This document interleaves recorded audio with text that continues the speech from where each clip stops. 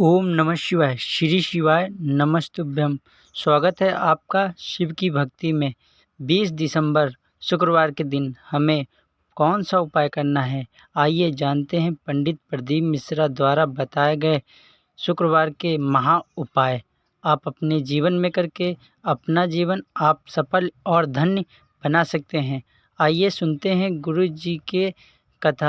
आप नारायण हो, आप कुछ तो कर सकते हो। भगवान नारायण ने तब लक्ष्मी से कहा, एक काम करो, बेलपत्री के पेड़ के नीचे बैठकर लक्ष्मी तुम अनुष्ठान करो तुम्हारे भाइयों के विवाह के लिए। इसलिए आज भी हमारे हिंदू धर्म की रीति है कि बेलपत्री के पेड़ के नीचे शाम के समय लक्ष्मी का वासा होता है। इसलिए लोग इस बेलपत्री के पेड़ के नीचे तुम्हारा रात्रि को शाम को 6 बजे से लेकर रात्रि को 8 बजे तक तुम्हारा निवास होगा। जैसे पीपल के पेड़ में देवताओं का निवास आप लोगों ने यदि पद्म पुराण पढ़ी होगी या सुनी होगी तो उसमें स्पष्ट कहा है। पीपल के वृक्ष की गणना ध्यान देना, पीपल के वृक्ष में सुबह 4 बजे से लेकर 7 बजे तक ब्रह्मा जी का वासा होता है। पीपल के वृक्ष में सुबह 7 बजे तक ब्रह्मा जी का वासा, 7 बजे से लेकर 10:30 बजे तक पीपल के वृक्ष में भगवान विष्णु का वासा होता है। कितनी बजे तक? 10:30। 10:30 से लेकर 11:30 12 बजे तक पीपल के वृक्ष में पितरों का वासा होता है। इसलिए हमारे यहाँ पितरों को श्राद्ध पक्ष में जो भोजन कराया जाता है वो 10:30 से 12 के बीच में कराया जाता है। 12 बजे के बाद पीपल के वृक्ष में दोपहर के 1:30 बजे तक आहूतों का वासा रहता है। आहूत कौन? जो गर्भ में शांत हो गए, जो कुंवारी अवस्था में शांत हो गए, जो जन्म लेने के बाद उनका विवाह नहीं हुआ और शांत हो गए, उन आहूतों का वासा उस पीपल के वृक्ष में दोपहर में 1:30 बजे तक रहता है। उसके बाद में प्रेतों का वासा चालू होता है। इसलिए दोपहर के समय पीपल के पेड़ की परिक्रमा नहीं होती। फिर शाम को 4 बजे से 7 बजे तक पीपल के वृक्ष में शंकर जी का वासा होता है। इसलिए शाम के समय पीपल की परिक्रमा नहीं होती। 7 बजे के बाद में पीपल के वृक्ष में रात्रि को 9 बजे तक कुबेर का वासा होता है। फिर 9 बजे के बाद में प्रेतवास चालू होता है पीपल के वृक्ष में।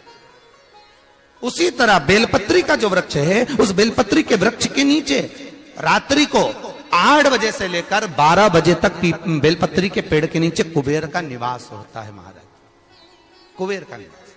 प्रयास करा करो इसी बेलपत्री के पेड़ के नीचे हम दीप लगाएं, घी का दीप। यदि संपदा की कमी हो तो, अगर भगवान ने खूब संपदा दी है तो भले मत लगाओ, कोई दिक्कत। महामृत्युंजय मंत्र का यदि आप जाप करते हो और आपको मालूम पड़ गया कि शरीर में मुझे ये रोग हो गया है, मुझे शुगर हो गया है, मुझे बीपी हो गया है, मेरा ब्लड प्रेशर ऊंचा नीचा रह रहा है, कोई भयंकर रोग, मेरे रिश्तेदार को कोई कैंसर जैसा रोग हो गया, किसी को कोई थायराइड हो गया, किसी को कोई किडनी और लीवर में सूजन हो गई, किसी को कहीं किडनी और लीवर में तकलीफ हो गई, तो शिव महापुराण की कथा कहती है, नवग्रह शिव महापुराण की कथा कहती है कि बेलपत्री के वृक्ष के नीचे महामृत्युंजय मंत्र का जाप जो शुक्रवार की शुक्रवार घी का दिया लगा कर करता है, उसके रोग बाबा देवाधिदेव महादेव समाप्त करते चले जाते हैं। ये संजीवनी मंत्र शुक्रवार के दिन भगवान शंकर को शुक्र को दिया था, इसलिए उसकी प्रधानता है।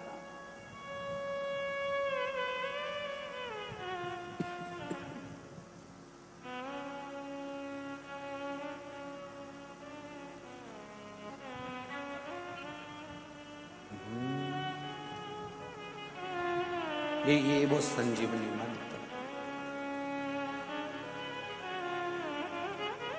शुक्रवार के दिन बेलपत्री के वृक्ष के नीचे बैठकर घृत का दिया लगाकर शरीर में जो रोग है उसका स्मरण कर कर शंकर जी से विनय कर कर, हे भोलेनाथ, आपने शुक्र देवता को संजीवनी मंत्र दिया है, तो क्या आप मेरे को वो मंत्र प्रदान नहीं करोगे? मेरे रोग, मेरी बीमारी, मेरे दुख को आप नहीं हरोगे? शिव से कहो, ये शरीर आपने दिया है और भजन करने के लिए दिया है, स्मरण करने के लिए दिया है, कीर्तन करने के लिए दिया है, तो संभालोगे भी आप। और बेलपत्री की ओर मुख कर कर घी का दिया लगाकर महामृत्युंजय मंत्र का स्मरण कर लेने पर धीरे धीरे धीरे धीरे धीरे धीरे वो रोग समाप्ति की ओर आता चले जाता है। शंकर भगवान को तुलसी नहीं चढ़ती, केवल एक बैकुंठ चतुर्दशी के दिन चढ़ती है, वो भी रात्रि के समय पर 12 से 4 के बीच में। पर शंकर भगवान को तुलसी नहीं चढ़ती। पर पद्म पुराण कहती है कि शंकर भगवान के मंदिर के बाहर जो तुलसी का वृंद लगाया जाता है, शिव जी के मंदिर के बाहर जो तुलसी का पौधा लगा रहता है या लगाया जाता है, उस तुलसी के पौधे में जितनी मंजरियां लगती हैं, उस मंजरियों में जितने दाने लगते हैं, उतने दाने गिन लिए जाएं और उतने समय का बैकुंठ का वास उस मनुष्य को प्राप्त हो जाता है हमारा मृत्यु के बाद।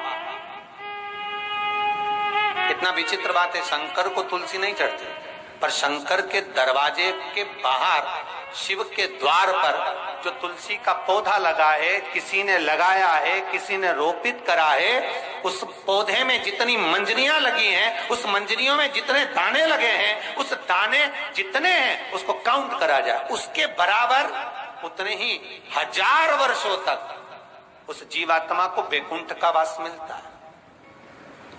क्यों? उसकी कथा भी यहां पर वर्णन है।